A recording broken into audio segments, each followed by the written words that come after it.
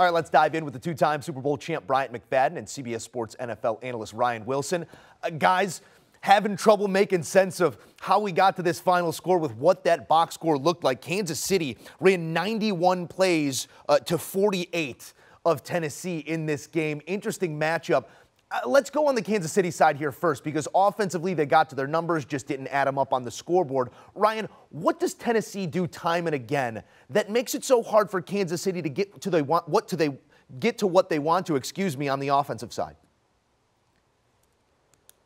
Yeah, we saw it tonight, Joe, and previously last season when the Chiefs had so much trouble with the Titans. They don't have to blitz a lot. They get home with 4 guys consistently, and they were giving the Chiefs' offensive line fits for most of the evening, and by extension, Patrick Mahomes was having to work a lot of magic. And we heard it during the broadcast. Ideally, you want to keep Patrick Mahomes in the pocket, and when he's in the pocket, make him throw down the field, and the coverage was so good on the back end that the windows were quite small. The issues cropped up when Patrick Mahomes was able to get out on the edge and make plays. Typically, he does it with his arm. Tonight, he did it with his legs, and he did it with his legs quite often. And that had a lot to do with that second half resurgence after a pretty much of a no-show of the first half after going up 9-0. So I give a lot of credit to the Titans' defense. The offense is what it is, and it wasn't very good, and we know that in part because their starting quarterback wasn't there. And that's what happened last week, but they were able to obviously beat the Texans. But I think in this game, the Titans were in control for probably 75% of the evening. And then Patrick Mahomes and Andy Reid and that offense finally got going. The defense stiffened and was able to get off the field several times down the stretch, and that allowed the game to unfold in the manner in which it did. Again, hats off to Patrick Mahomes and Andy Reid and that defense for stepping up. But not your typical Chiefs victory by any means, for sure. One thing I love about Tennessee's the Titans' game plan defensively, they made the Chiefs play their style of play. What they did was they devoted a lot of attention to Travis Kelce, yet and still, he still got his numbers, but they weren't impactful. Usually we see Travis Kelce show up big time in the red zone. When they got close to the red zone, they buckled down and they played great football. They forced the Chiefs to do it the long way. You know, you look over the last few weeks of the season, last few ball games we've seen from Kansas City, they've been able to benefit on big-time splash plays. They didn't have those opportunities tonight because the Titans kept everything in front of them. Look, the frustration was there for basically for 3 quarters. And then outside of that, the coverage standpoint was on point for the guys that put their hand in the dirt. They consistently harassed Pat Mahomes. They sacked him 4 times. I forgot how many times they actually hit him and pressured him, but they did a great job in winning their one-on-one matchups. But eventually, Pat Mahomes woke up, and he just decided to tell the entire offense, you know what, get out of the way, let me put the team on my back, and I will lead us to victory, and he was able to do so. Yeah, the Chiefs' 9 points through 3 quarters was their fewest through 3 quarters since last year's 27-3 loss to this Titans team. So they got the book on them, but it doesn't equal a win in this spot. We've talked about it in other places, specifically Tampa, how concerning the lack of a run game is. And there was a lack of a run game here for Kansas City on this night, B-Mac. Does it worry you, or is it just Kansas City doing what they were given and maybe leaning away from the run because the box was full and they were looking at stuff they didn't want to see? But they just couldn't run the football. The thing about Tennessee, if you watch them throughout the entire year, they do a real good job against opposing offenses' ground and pound attack.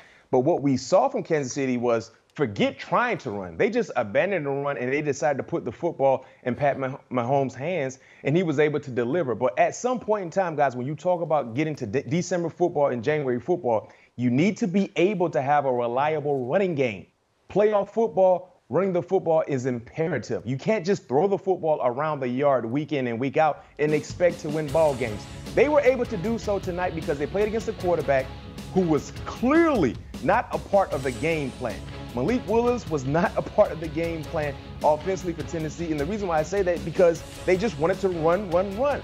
If I would, and I'm just throwing my opinion out, guys, I feel if Ryan Tannehill was probably in this ballgame based on how well the Tennessee Titans defense performed, it's safe to say they probably would have won this ballgame because we would have saw more an aggressive style in regards to throwing the football. But that is something to be concerned with, Joe. The inability to run the football for Kansas City because, like I said, when you get to playoff time, December football, January football, you want to make sure you're consistent and have a balanced attack. And they do have a battery of running backs there between Clyde Edwards-Helaire, Jerick McKinnon, and others in that backfield. I'm glad we just saw the numbers there because Malik Willis, after being asked to throw the ball 10 times, a big bump in the numbers here, asked to throw the ball 16 times in his second start, Ryan Wilson. What did you make of Willis's performance here and what he was asked to do? And do you share that opinion with BMAC that if it is Tannehill, maybe this game looks different because of what Tennessee did so successfully, both defensively and frustrating Mahomes in that Chiefs offense? Yeah, I think BMAC's exactly right. So you mentioned the 5 for 16, no completions to wide receivers. That's a problem, and that's not entirely Malik Willis's problem, of course. A.J. Brown was traded on draft weekend. He's having quite the season in Philadelphia. He actually tweeted during the game a laughing emoji because no one's open regarding the Titans wide receivers, and that was true. Obviously, A.J. Brown did leave on the best of terms. Treylon Burks, the person they drafted to replace A.J. Brown, has been injured. He's not back yet from that injury. So there are not a whole lot of options. Ryan Tannehill's been in the league since 2012. He clearly understands how to play the position based on the experience, more so than Malik Willis. But Malik Willis had no chance on that last drive in overtime. There were 2 play calls back-to-back, all deep routes, and there was no one blocking in front of Malik Willis, so he was running for his life as soon as the ball was snapped. But prior to that, throughout the game, it was clear, as BMAC has noted several times, it was all about Derrick Henry. And Derrick Henry got things going early, and that's why they had that lead. But once, and this was the fear that we had during the pregame conversation, once the Chiefs drew close and once they tied and then went ahead, it was a wrap. It felt like there was no solution, no way for this offense to finally jumpstart itself when it hadn't done so in the last 2 games. So Malik Willis is a rookie. He looks like a rookie. He's not yet ready to take over the starting job anytime soon, and the sooner Ryan Tannehill can get back, the better. And by the way, worth noting, our buddy Todd Furman just tweeted this out. This offense, the Tennessee Titan offense, 5th game this season, the Titans have failed to accumulate 255 yards of total offense. And as Todd notes, that's an incredible job by head coach Mike Vrabel to get them to 5-3 now. But they have to figure out a way to fix this as they head into the last half of this season here. You bring up an interesting point there, and speaking specifically here about Derrick Henry, 115 yards on the night, 92 of them came in the first half, and this wasn't a game that swung immediately out of the break. BMAC, did you take any issue with the play calling in the third quarter with the lead to not continue to lean on Henry in those moments? Yeah, I had some issues with that. I think understanding and knowing who Derrick Henry is, the more opportunities he gets, the better he is. You know, he does a lot of his damage in the second half of ball games because he continues to wear down on defenders. And being that big and that fast, as a defender, you don't want to continue to have to go toe-to-toe with the guy with those measurables. They kind of shied away from that game plan, and I didn't like it. I really wish we would have seen Malik Henry be more involved in runs as well, quarterback design runs, RPOs. Give him a two-way go to either keep the football in his hands or hand it to Derrick Henry. Remember, we saw a few of those plays in the first half when Malik Willis, when he kept the football, he was successful. He got positive yards, but they kind of shied away from that element. Yeah. And if you didn't know any better, you would have thought the first half success was more so in favor of Kansas City than Tennessee, because Tennessee came out of the locker room after halftime with a different game plan, which didn't make any sense. And that provided the window of opportunity for Pat Mahomes to creep back into this game and, of course, steal one. Yeah, it feels like they got too cute down this in the second half, BMAC, because you can't have 17 carries for Derrick Henry and that be it. He had those 115 yards and those 2 touchdowns that we've already talked about. But look, the Chiefs went 7 straight drives without scoring, and that's something they haven't done in quite a long time, going back to 2019. This is a scoring offense. So when you have them against the ropes, and they didn't score until their second drive to start the second half, you continue to feed Derrick Henry until the game dictates otherwise. Now, I understand why Derrick Henry might have been out late in the game when you had to put the ball up in the air. You're trying to get big yards to get that game-winning field goal, which never materialized. But up until that point, Derrick Henry's your dude, and he was dragging guys up and down the field all night long. And BMAC, you know this as well as anyone. You don't want to be tackling guys like that or guys like Adrian Peterson back when you were playing late in the football game. You want him on the bench, and I thought in some ways the Titans did the Chiefs a favor by having him over there. Now, that's not the entire reason why they lost, of course, but I thought that was a curious move, at least to start the second half after all the damage that Derrick Henry had done in the first half. Yeah, those body blows do accumulate, and it didn't look like they took full advantage of that accumulation throughout the night, especially there in the second half, third and fourth quarter. You know, we like to go big picture for one here, guys, because it was another crazy day of games that included a big upset with the Jets beating the Bills. Kansas City wins one here, but I don't think they looked like world beaters in that effort. The Dolphins do go on the road, win one in Chicago in a shootout. Coming into the day, it sort of felt like we had those top two teams in the AFC. You had the Eagles, and then it was sort of a mishmash of everybody else, and here we are after Sunday kind of feeling like the entire league feels like that. What's it look like to you right now, Ryan, at the top of the AFC specifically, after we see a not-so-stellar effort out of KC, although in a win, and a loss to a Jets team by the Bills? It's weird to say that was a must-win game because you're playing the Titans. That was a must-win game in the sense that the Chiefs had already lost to the Bills. The Bills squandered that game against the Jets. And if you want to stay neck and neck for that chance for the home playoff, the bye and the home playoff, home field advantage, you had to win that game against Kansas City. So it took until overtime.